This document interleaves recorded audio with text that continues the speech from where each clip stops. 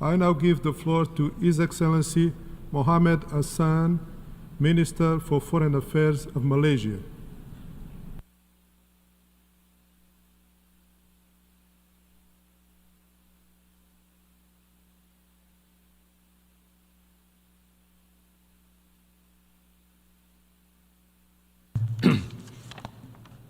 Bismillahirrahmanirrahim. Excellency, Mr. President, thank you for this opportunity to address the 79th session of General Assembly. Representing Malaysia, I stand before you today, Mr. President, reiterating our commitment to peace in line with the values enshrined in our esteemed charter. 79 years it has been since the founding of the United Nations. From the dust, the Second World War, we emerged, many of us as new nation states, with a shared goal to build a safer world. Yet, for many of us, it is not a safer world than it was 79 years ago. For many, it has only become a deadlier world.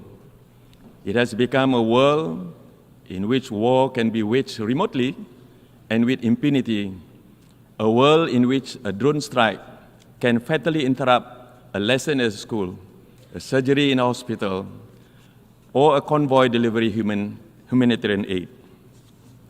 We have lost, Mr. President, we have lost again these practices, yet our call for peace are repeatedly ignored and vetoed away.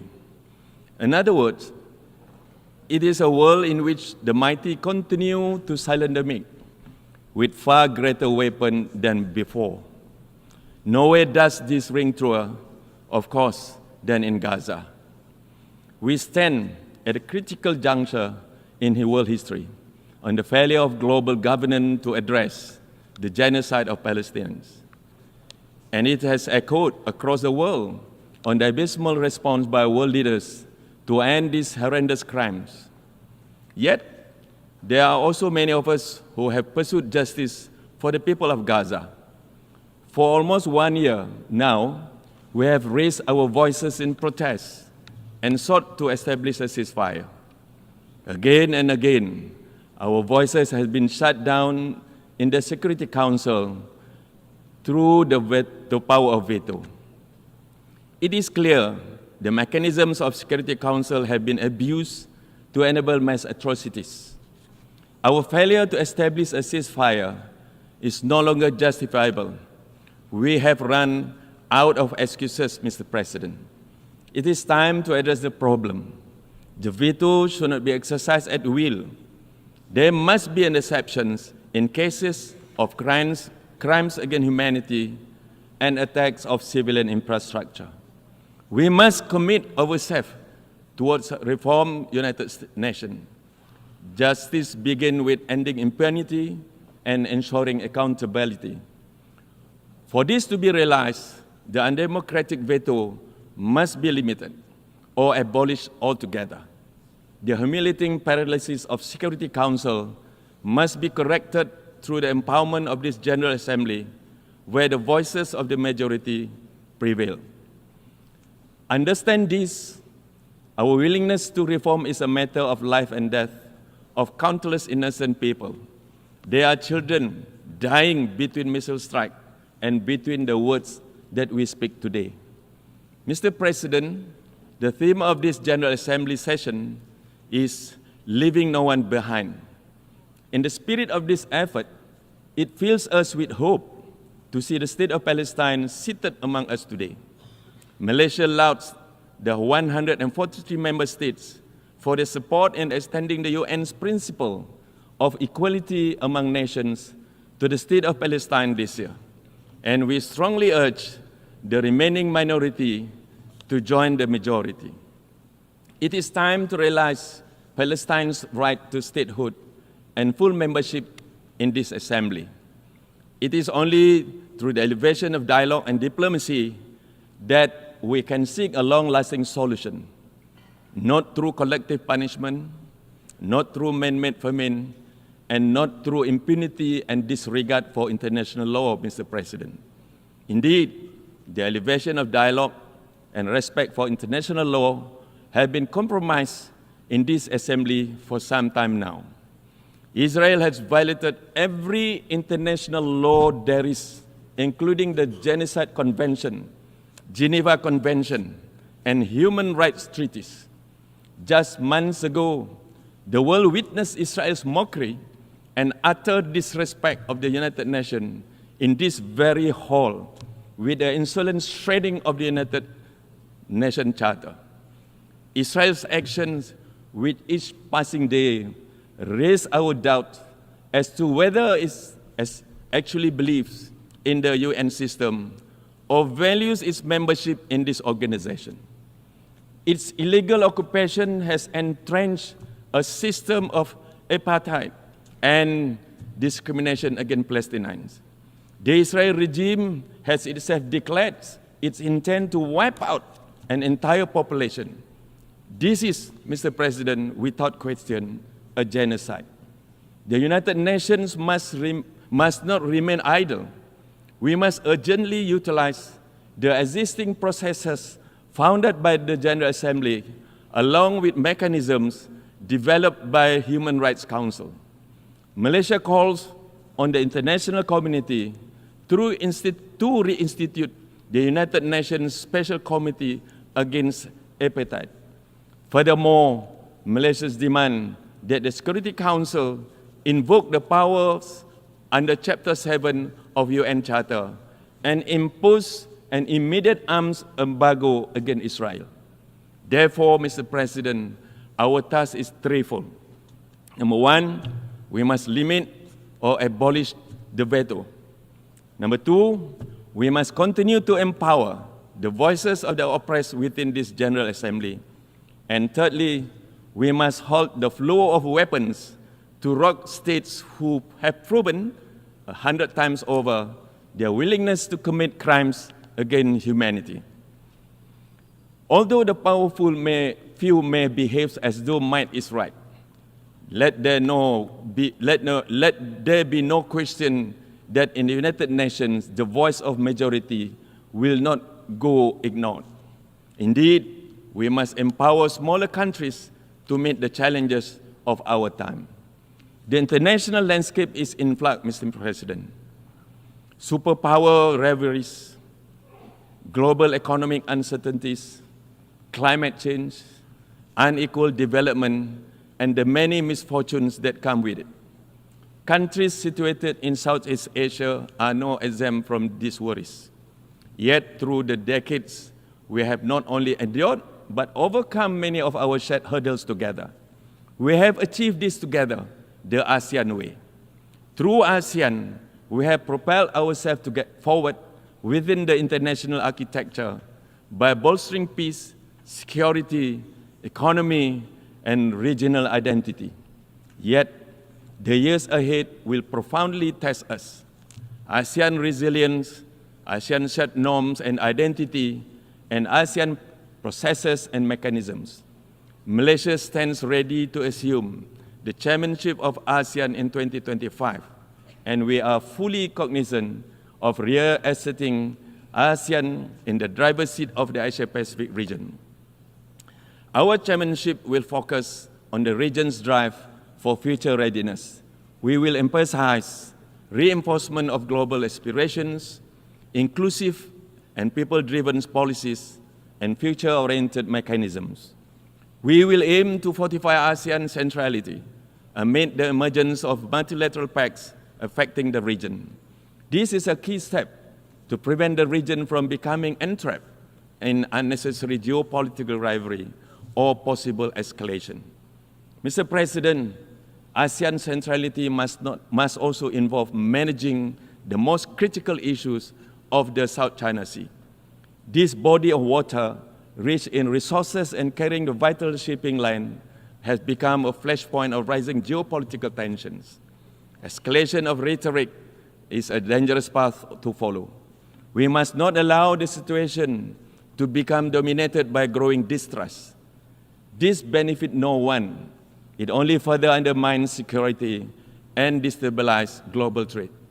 We must collectively pursue a different vision of South China Sea, a future in which this region is a zone of peace, stability, and cooperation.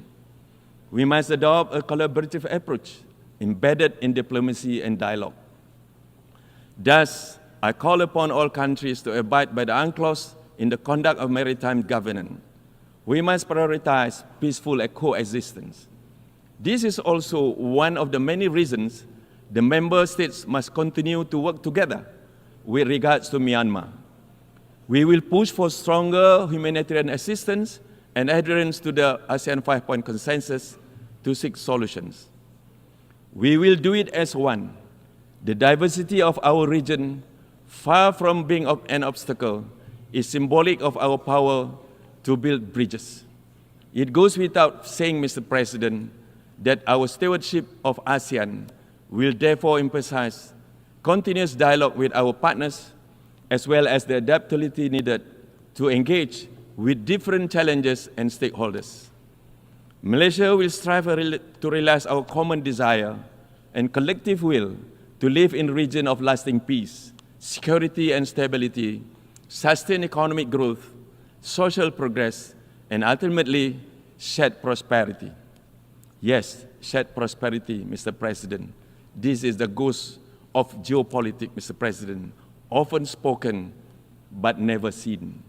Mr. President, the countries of the Global South have continued to be marginalized and remain underrepresented on many fronts. Global socio-economic development, climate mitigation efforts, education, health, and infrastructure development. International mechanisms fail to adapt to current realities, often isolating and penalizing developing countries, placing the burden of environment guilt onto them while disregarding our very real needs. The lack of infrastructure, technology, and resources has prevented developing countries from fully engaging in international systems and aspirations. One of the primary challenges, Mr. President, is equitable access to financing for development. Innovative and new models of financing for development that drive sustainability, conservation, climate action, and achievement of SDGs should be part of new multilateral solutions. The climate crisis may be the most pressing challenge of our time. It is no longer a distant threat. It has flooded our doorstep, Mr. President. It transcends borders by disrupting economies and displacing entire communities. The scientific data has spoken. We are witnessing unprecedented level of warming, extreme weather, and devastating impacts of rising sea levels. National efforts alone will not suffice. The climate crisis requires global solution in the form of climate financing, technology transfer, and capacity building. We must continue to push for a just and equitable approach, the meeting of the development needs of the Global South. At the same time, Malaysia advocates the importance of Global South unity. We have a broader vision of promoting peace, development, and stable multipolar order through the empowerment of the voices of the South. The countries of the Global South hold massive potential to further the pursuit of peace and justice around the world, through solidarity among developing nations and through mutual support and understanding. This is fundamental to ensure fair and equitable progress for all. The Global South demands your attention, Mr. Chairman. We must not leave anyone behind. Unfortunately, global trends are pointing at the opposite direction. Around the world, we are witnessing an upsurge in hate speech and violence toward minorities. The past few years have been shadowed by the rise of Islamophobia in particular. We are appalled by the alarming trend of hatred, intolerance, and acts of violence against Muslims. This cannot continue, Mr. President. In the era of globalization, there is room for everyone to coexist. And it is our job, under the banner of a united world, to ensure that peace will prevail. We must take action now. Malaysia urges for the prompt appointment of the UN Special Envoy to combat Islamophobia. We stand ready to support any efforts undertaken by the UN towards nurturing dialogue between communities that will promote worldwide acceptance and understanding. While Islamophobia is a threat to Muslims, broader issues of hatred against the followers of any religion will undermine the universal values of justice and peace that we all vowed to protect. Mr. President, we stand on the eve of the 80 years of United Nations. We have achieved wonders together. Ours is a story of the modern successes of humankind. Together, we have delivered food to the starving. We have eradicated diseases. We took decisive actions against apartheid and in the 20th century, and we must do it again now. Let our commitment to justice never fail, no matter how formidable the task. Let there be no doubt the question of Gaza is a direct test of the capability of the United Nations. Let this 76-year-old issue not age into a century of our failure to uphold justice. We strongly call for an end to the occupation and for the Israel regime to comply with the decision of the International Court of Justice. Mr. President, let our dreams of free Palestinians live beyond today and beyond the words that we have said. Thank you very much, Mr. President. I thank the Minister of Foreign Affairs of Malaysia.